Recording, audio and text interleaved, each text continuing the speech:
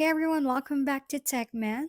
In this video, let me show you on how you can mask in DaVinci Resolve 18.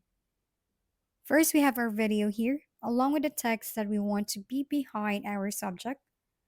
Next, hit Alt to make a copy of your video. Then drag it over your text. Click Fusion below.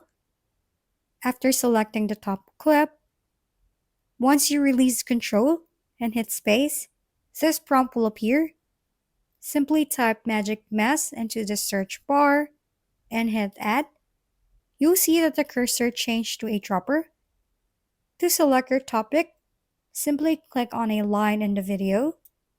Then on the right side, go over and click the double arrow button. This may take a while, but after that, you can head back to the Edit tab and you will see that the text is now behind your object.